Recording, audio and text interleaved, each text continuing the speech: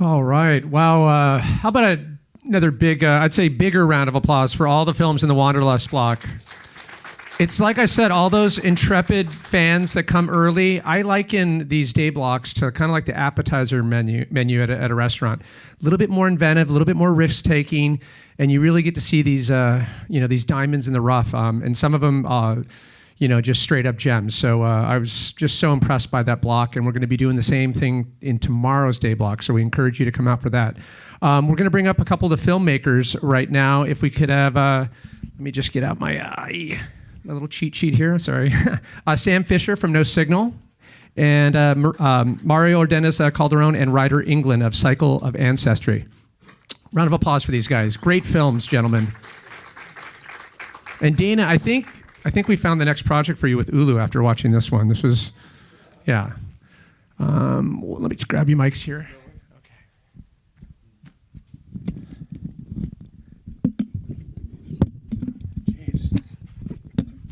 One man show down here.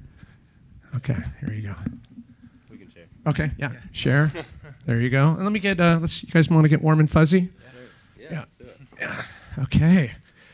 Well, I want to start with the film that you guys worked on, because it was in the earlier block we were talking about films kind of with a mindful purpose, with a story, but yours is one of those things where it has that, that the purpose of wanting to do a dream trip, which you have to put a little work into, but the story, the family, the connection. So talk about maybe the process and where the impetus, where the spark of this whole film came from.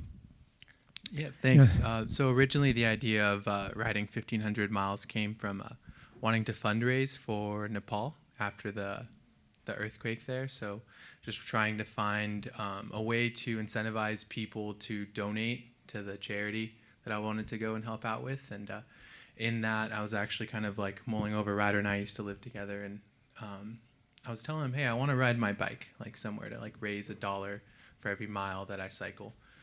And Ryder, being the storyteller that he is, kind of saw something there when I was telling him, I think I'm going to ride to visit my family. So that's how a lot of these like trips start, is like you don't expect to have this like self-realization moment. It's kind of like after or during, but in the making of it, it was something as simple as just like helping other people from a foreign land. And I guess, what did you see? Yeah.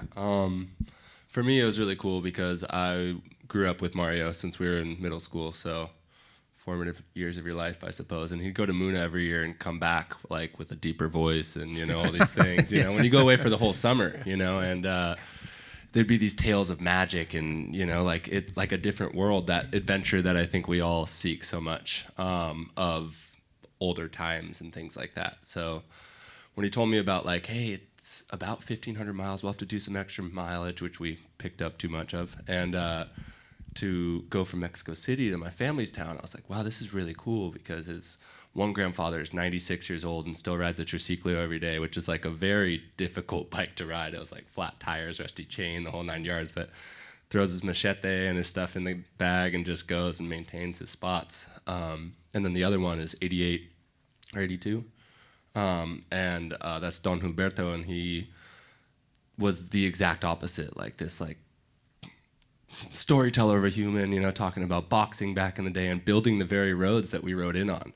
And so he just through us being best friends and talking, once it kind of just immediately clicked, and it was really exciting and challenging, to look at him and be like, hey, I'm gonna, pry open parts of you that you probably don't want to pry open. Well, no, and that was my next question, is because that you guys know each other's, there is that closeness. Was it difficult in a way to have to push like that, to have to kind of pull those Band-Aids off, if you will? Yeah. Yeah, it was. I mean, like, we were relying on it. This wasn't like a trail that's been done before. It wasn't like a route. We were just basically A to B with a lot of letters in between that didn't always make sense. So yeah, I would say it was pretty difficult at times because you're exhausted, you're lost. I don't speak Spanish, so I'm like leaning on Mario big time through all this. Meanwhile, you're trusting he's basically saying what you're saying. He could be throwing you under the bus right in front of you. He's proven time and time again to be more responsible than myself. But yeah, I'll let him answer it too, because I'm sure it was harder for him. It's interesting too as fans, when we watch these films, we see the highlights, but when we talk about trips, and this leads me to the film you worked on, it's one of those things where it looks amazing, but it's, there's a lot of blood, sweat, and tears that go into it, right? When you look in the work, and I just want to say that the film that you worked on with No Signal, it was just you nailed it. You nailed it in tone. There was even the kind of a touch of Bruce Brown in the voiceover and the music. So just well done. But I want to talk about, like, it couldn't have been all hot tubs and sunshine, right? Okay, so feel free to tell us a little bit of maybe the hardships that went into making a film that is kind of like it hit a little pressure point for so many people. Yeah, totally. A lot of train hopping is just the unknown in general, and not sleeping. Basically, it was like 2.5 weeks of just like not knowing where the trains were coming, kind of just like looking at Google Maps and like random spots and like going into dumpster yards and like being like, is this a spot to hop out? Like all of that kind of stuff. And these so are you're not going to see these kind of things on TripAdvisor. You don't know how to. Right? No, it's not on Yelp. It's not on any of that. Yeah.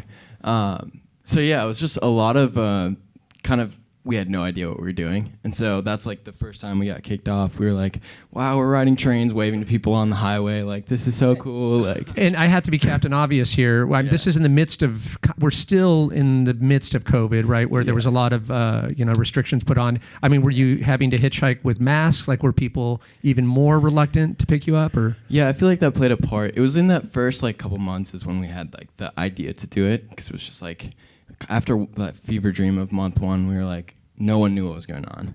I don't know if you guys remember that first month was just like, or choose to forget. But it was definitely an unknown. So at that point, I don't think the masks were as big of a thing.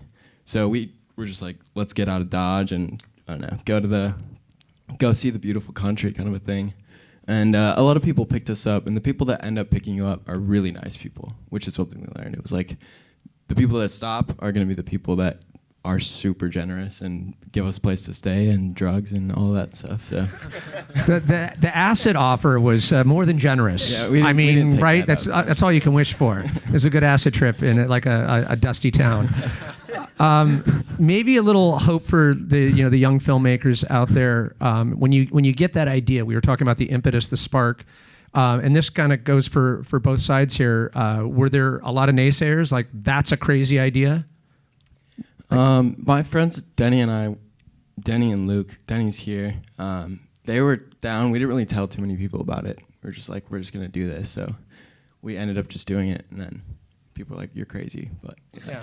Oftentimes best. You surprise them. Yeah. How about with the film? Because it was a Herculean task. I mean, like I said, we get to see the highlights, but to take off from LA and head all the way down, Yucatan Peninsula. Yeah, there's definitely just a lot of resistance, even from my family, being from Mexico, just of the dangers down south of the border, But just to convince Ryder to like quit his job and come bring his camera and being a white male and stuff. So, but luckily we like encountered nothing kind of similar vibes that you encountered. Like everyone that talked to us was really interested and helped us. So like we really truly felt Mexican hospitality and embraced by all these good people, and it feels like when you're on the right path, then like doors open up for you, and that's what that trip felt like for us.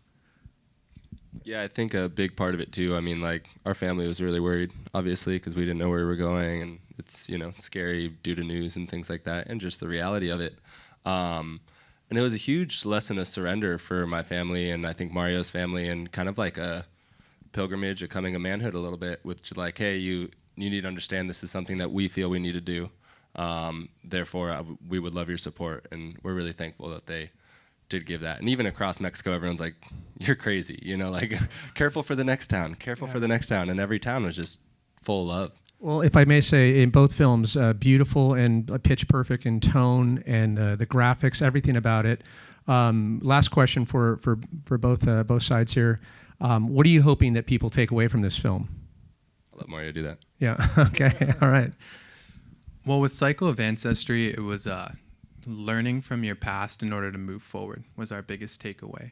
So going back to going back to where my grandparents live with more intention and learning from them and trying to understand this duality of indigenous and American culture that I have to navigate every day. But finding that foundation and then feeling that much more propulsion to move forward and with confidence of like who I am. And I think with that, it's like once everyone has that great awakening, they can really just open themselves up to the world and move forward and make positive impact however possible. So apropos. Yeah, and how about with no signal? When Yeah. people see this, they get their eyes on it. Yeah. You want everyone to go train jumping? Like, Definitely not. I actually probably shouldn't even be speaking here, but I would say the journey is the destination, man. But like that's definitely the thesis of this, is like getting from here to there is where we arrive was the last line, and it was just like going out and taking something and doing it. In that time of lockdown, it was like, what could we do? And that felt like the best thing to do. And the whole journey was just like leap after leap of faith, and like the world kind of provides. So just kind of like stepping into the unknown. And then as a filmmaker too, like I shot it on Super 8, and it was very just like, I wanted to just document what happened for my own sake. And looking back, got all the footage back, and it was like, this is something. And like making that was like a very just like personal, like video diary kind of thing. Like I journal along the way, and that's what ended up being the script. So like as a filmmaker, it's like, just go shoot something. Like you don't really need to be super technical about it, and just like get a camera and have fun, make something.